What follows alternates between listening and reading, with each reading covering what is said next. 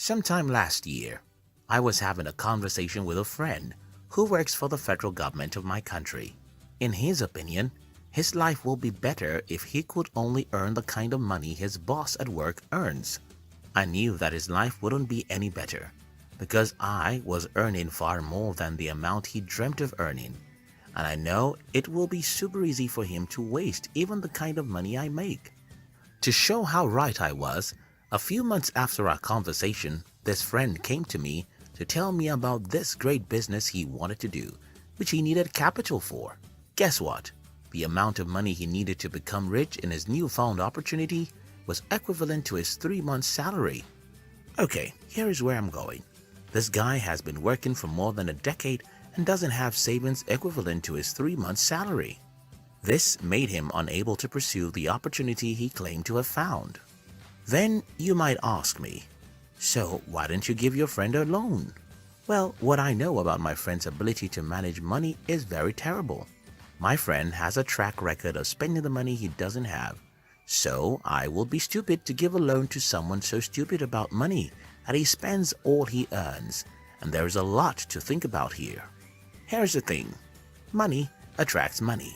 The guy who has $1,000 as savings has a better chance of attracting a $5,000 opportunity than the man who has nothing. The man who has massive consumer debts is far less likely to attract money to his life than the man who has some savings. The problem of managing money. While everyone in the world goes around thinking that they need to make more money, the real problem of the world is that most people don't know how to manage money. If more people learn how to manage money, more people will be rich because money follows money. Imagine what I told you about my friend. Because he believes that he is not earning enough, he then spends everything he earns on phones, parties, and other useless things. If he had learned to keep only 5% of his income when the opportunity came to him, he would have had enough money to pursue such an opportunity, and that might end up making him richer. That's how money follows money. The $100, $1,000, or $5,000 in your savings is a bait. This bait could catch a big fish anytime, but if you don't have that bait already, the fish of opportunity will simply pass you by. You think about it. Why do the rich get richer? The rich get richer because they have big baits that can catch big fishes anytime they find them.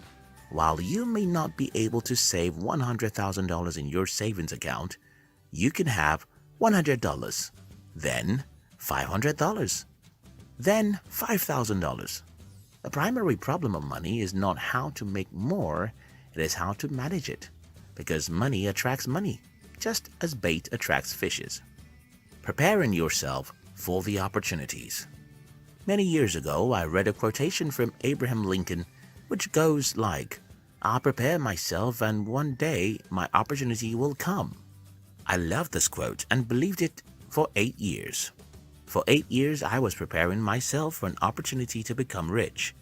And one day, my opportunity came. And it's all because I knew how to manage money.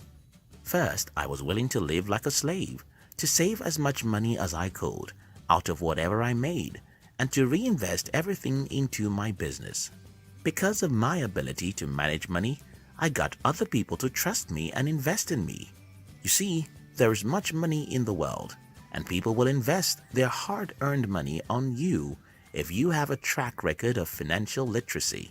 How in the world do you think any reasonable person will drop their money to support your dream when they know that you spend all the money you make? How could I invest my money in a guy who uses an expensive phone he can't afford? How could I invest in a guy who drives a car he can't afford? How could I invest $10,000 in your idea if you don't have $1,000 as savings? It's common sense. Money attracts money. Your ability to manage money makes you attractive to more money. Your ability to make sacrifices makes other people want to make sacrifices for you. Fall in love with assets. In the next few hours, I will be at my company's office. I love that environment because it's the reality of my past dreams. For over a decade, I have always dreamt of building my own company. That's where my love lies. That's where my heart is. That's my life's priority. to build a company that employs hundreds of people.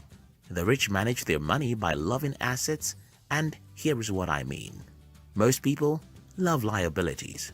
Go out today and give $100,000 to 10 adults and visit their homes next month. What do you think you will see? Well, 7 of them would have new cars, and 2 of them would have new and bigger homes. Only 1 of them would still have the same standard of living he had before the money came. The reason for this is because liabilities are the dreams of most people. For most people, the primary reason they want to be rich is to have fast cars, big homes, and Rolex watches. The rich love assets. Those who become wealthy are those who love to see their assets grow. And as the law of nature dictates, every man spends his money where his heart lives. George S. Clason wrote in The Richest Man in Babylon, "Whatever every man considers as necessary expenses always grows to meet his income." In other words, you spend your money where your love lies. If you genuinely want to be rich, you have to fall in love with assets. You have to love assets as much as other people love liabilities. You must be as happy seeing your savings grow as other people are happy buying new phones. You must be as excited to invest your money as other people are in spending theirs. Educate yourself about investing. When I was young, I always saw my brother investing in stocks. I thought he was a smart guy until 2008, when all the companies he invested in started crumbling. I later realized that my brother didn't know anything about stock investing.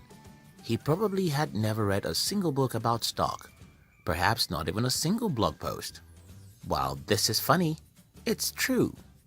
Most people don't save any part of their income. Some who save are too lazy to learn how to invest their money. The rich learn, and learn. I know more about my industry than most people I'm competing with. Because I know more than 99.9%, I can make better decisions than them, and as a result, make more money than them. Don't be lazy. Learn, read, study, and understand what most people don't about whatever thing you want to invest in. I can go on and on with this video, but to summarize everything I've been saying in a few words, learning how to manage money is the primary step to being rich, because money is like the multiplication table. 0 multiplied by anything is still 0. If you don't keep money, you can't attract more money. You also have to read, learn, and know about whatever business or company you want to invest in, far more than most people. Efficiently managing money is like having a bait.